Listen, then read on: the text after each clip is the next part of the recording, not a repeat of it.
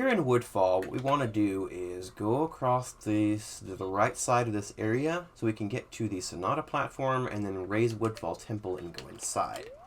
We need to head over this way. And then immediately we're going to run into an enemy called a hip loop. We have two ways of dealing with these guys. Number one, you can shoot them with bubbles. 2 bubbles and they're dead. That's pretty easy, and that's the strat that I recommend for beginners. The second thing you can do is you can spin against them with Deku Link and then just walk around them. Now this can get kind of tricky because you want to make sure you don't go too far. This guy is kind of on the side of the platform, which makes it easier to go around the left. But if he's more on the right side, so like you can jump around him like no matter where he is. But jumping around him is kind of difficult to do, and I don't really recommend it until you get to a higher level. But I just wanted to make a note that that is something you can do instead of killing them if you prefer. You want to go and kill this Deku Scrub here, so we can fly across.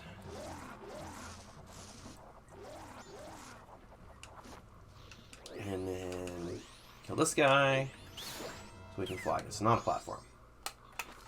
So here on the Sonata platform, there's actually a small little time saver you can do. Fly over here, land in the very middle, and then pull Ocarina.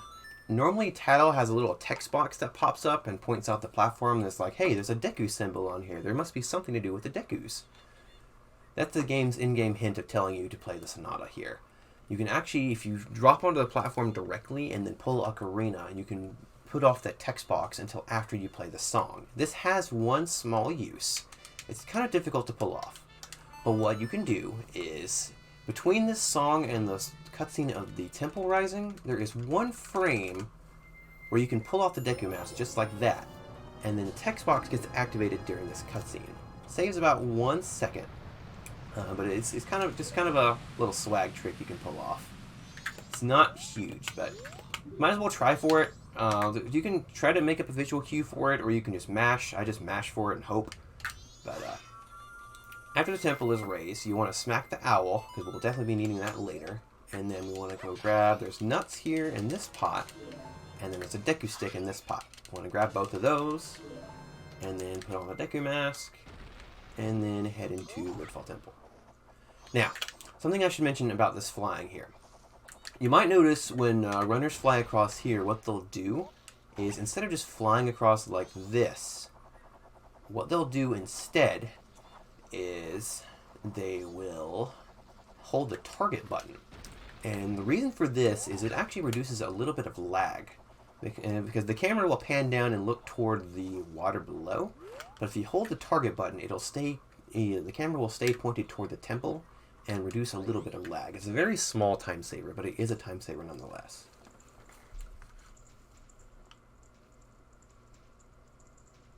Here we are in Woodfall Temple. The dungeons are really where this category shines, in my opinion, because despite our restrictions, there's still plenty of skips and cool little tricks we can do. Take this first room, for example. What you're intended to do is take these flowers to there, and then fly over to this guy, and then ultimately fly over to this guy and to the end of the room. But what you can do instead is if you jump down here, angle towards the corner of this log. It's pretty lenient. The angle is not too strict. And do a backflip right here. You can actually just pop up like this. This is sometimes referred to as the Kazooie flip. So if you hear someone talking about the Kazooie flip or see it in a route somewhere and you're confused, this is what this is talking about. But just go up here, angle towards the corner of this log, and backflip up. Boom. You do have to be careful though. There is a specific angle where you'll just get pushed back down, but it's very, very specific. It's very rare for that to happen. But just experiment with that a little bit. It's pretty lenient. I'm not going to spend too much time on it, but just want to make a note that that is a cool strat you can do. Here in this main room, what we want to do first of all is go down here to this corner, because we want to grab a bomb drop from this pot right here, and then there's some magic refill as well. There's also a stray fairy in this pot right here, if you need a little bit of a health refill. There's also would be a heart in this pot here as well. It gave me a rupee because I'm at full health, but if you're not at full health, that pot will give you a heart instead. I'm going to go to this room, and then take that flower and fly up to the small key. Now, if you do this just right, what you can actually do is if you hop across the water and then just hold the A button, you can actually just pop into the flower immediately without needing to repress the button. This is a very, very small thing, but I figured I'd show it anyway. Do 1, 2, 3, and boom.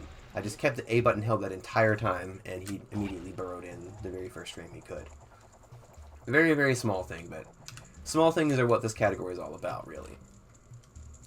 Grab the small key, and then we want to head back into the main room, and then cross this room to where the locked door is. Ignore this Baba, and go to the door. Here in this room, what we need to do is we need to get, there's a torch over there with some fire in it, and we need to take that fire over to that torch upstairs and then burn this web that's up there. In order to do that, we need to go over to this block, mash through the title text here, and then pull this block backwards once. And then hop over the water here and go to human. Now we want to equip our Deku Nuts and Deku Stick and light our stick and make our way over to this torch over here. That opens this door, which don't worry about this door, that's just where I believe the compass for this dungeon is, but we don't need the compass here in the 80% run. Now, something I want to mention about the lighting Deku Sticks. Something a lot of new runners do is that when they light a torch, they light it, then put the stick away with their sword, and then pull the stick back out. A funny thing about the way sticks work in this game, sticks have a timer. When you first light them on fire, they have a timer until they start burning out. As long as the stick is actually in a fire source, this timer gets reset. So essentially what this means is that say you were over here and you lit the stick and you came over here, crossed all the bridges, and then you lit this, you don't have to put away the stick and pull it back out. As long as you put the tip of the stick into the torch, that timer is going to be reset. So I'll show this one. I'll show this real quick just to show you. So if I were to pull this out, take the stick, and try to go like all the way without lighting it there, the stick is going to burn out right here. And then you're not going to have a stick. And if this does happen, I will show you there is a stick you can get right outside here at the top of this ramp. There is this Baba up here. If you do happen to burn your stick, you can come up here, slash this guy, and get a new one. So it's not like if you burn your stick, then, you know, things are really bad. You can just go out here, get another one, and try again. And then what you can actually do is if you made it to this point where that torch is lit up, you can actually do a jump from right here, and you can just land right there instead of having to put on Deku Mask and hop across the water or go around the back side again. So, pull out the stick and light it right there, and then you want to go up this staircase and light this torch up here. And then, again, whenever you light a torch with a Deku Stick, it will reset that timer, so you don't have to put the stick away and then relight it again. As long as the stick is put into a torch, then that timer will be reset. You can also grab an extra stick and extra nuts from these guys up here if you so wish. And then we go up the stairs.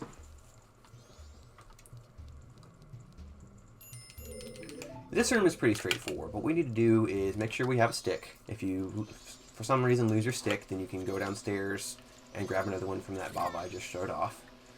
Here in the middle of the room, there is a torch. You want to light your stick, and then around the side of this room, there are torches here. You want to light all these torches, and that will open up this door right here. And make sure there's no torch up in the next room, so you want to make sure you put your stick away so it doesn't burn. In this room, what you're supposed to do is put on Deku and fly from that flower to this flower to that flower in the very back, and then go down the staircase over there. We're not going to do that. Instead, what we're going to do is come down here to the bottom of the room and get some health here because I'm a little bit low, and then come over here to this side, this little hole that's over here. What we're going to do is we're going to do a Jumpslash recoil off of this wall and land on the top floor of the main room. So let me get rid of this dragonfly before we do anything else, because he's going to be a pain in the butt if I don't get rid of him. There we go. So what we want to do is between this seam and this little white spot here on the wall, we want to aim somewhere between that.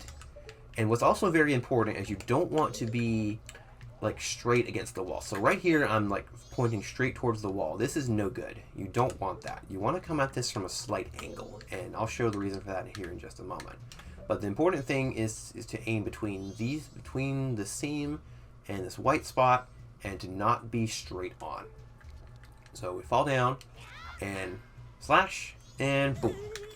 And land right here on the bottom of the second floor of the main room. This is where that staircase would lead you up if you were to have flown across the entire room. So this just skips a bunch of flying, and it's a little bit faster than going through the room as intended. I want to make a few notes about this Jumpslash recoil though. As I said earlier, you don't want to be straight on, because if you're straight on, this is what's going to happen. You're going to miss and then fall into the poison water, and then you're going to have a bad time, just like you missed if you missed a lily pad jump earlier when you were going to Song of Soaring.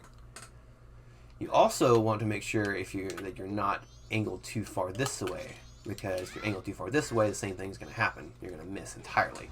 That's why you want to make sure to aim no further to the right than this guy, but then also make sure you're not pointed straight on. As long as you make sure you're at an angle, pointing somewhere between those two spots right there, you should work. Even if the game slightly corrects you, like it just happened right there, as long as you're in that same general direction, you should land in and down here just fine. And we want to roll over here to this door. Coming up, we have a mini-boss fight against a Dinalfos. This is the first instance of a Japanese exclusive trick called power crouch stabbing. In the Japanese version, crouch stabs will default to the attack value of your last attack that you did. So for example, the last thing we did was a Jumpslash, and a Jumpslash has an attack value of 2. So if you were to crouch stab right now, you would be able to deal the damage of a Jumpslash instead doing it with a crouch stab, which is a lot faster. This applies also to other attacks. So if I were to slash, now my crouch stab only does 1 damage, because Kokiri Sword Slashed only does 1 damage. Do a Deku Stick Jumpslash does 4 damage, and Dinalfos up ahead has 4 health. So if you do a Deku Stick Jumpslash to store that damage, and then come in here to the boss fight, you can actually one-shot this guy. We come in here, and you can use a Deku Nut to stun him, and then crouch stab, and boom, he's dead. Again, this is Japanese exclusive. If you're playing on the English version, what you'll probably want to do instead is something like this. You can come into the room, and pull your stick out, and then you can just stun him with a nut and Deku Stick Jumpslash. This will break your stick, however, so just keep that in mind. You might want to make sure you grab an extra stick if you do it this way. But that's also a way to one-shot him. If you're playing on the English version, that's the way you'll have to do that. And then after defeating this guy, we can just walk over to the chest and grab the bow. Da-da-da-da. We've got what we came here for, so now it's time for us to leave Woodfall Temple. Recall earlier how I said we'll be playing Song of Time in the run in order to make it to Epona's song. This is the first of 3 points in the route where you can play Song of Time. If at this point it is day 2 or later than midnight on night 1, then you will want to play Song of Time here. This is convenient, since we're going back to town next anyway, and playing Song of Time will put us back there. There are downsides to playing Song of Time here, however. The first is that we have less in-game time to complete the next temple, which is a trouble spot for many new players. The second is that we lose all of our items such as bombs and arrows. We need both bombs and arrows to access the mountains, so if you play Song of Time here, you will need to farm the grass in Termina Field for bombs and arrows before you can progress. For these reasons, I do not recommend playing Song of Time here unless it is already day 2 or late night 1. Now, why is time of day important here, you ask? The reason is simple. We need to make it to Goron Village before day 2 in order to get into the Goron Shrine. There is a way we can circumvent this, but it is difficult to do and I do not recommend it for new players. For the purposes of this beginner route, it is important that we're able to reach Goron Village before day 2. So, if it is day 2 at this point or very close to it, then you will need to play Song of Time here. If it's still day 1 or early on in night 1, great! We can put off the Song of Time a little longer. In that case, to leave the temple, we have 2 options. Either play the Song of Soaring to leave, or we can die. Equip your bow and bombs, and put a bomb down at your feet and shoot it. It will instantly blow up and damage you. If you're at 1 heart, like I am now, or lower, then this is actually faster than soaring out of the dungeon.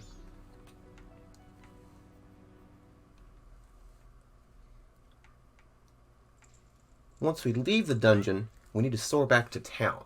Our next destination is the mountains, and the fastest way to get there from here is to soar to the town.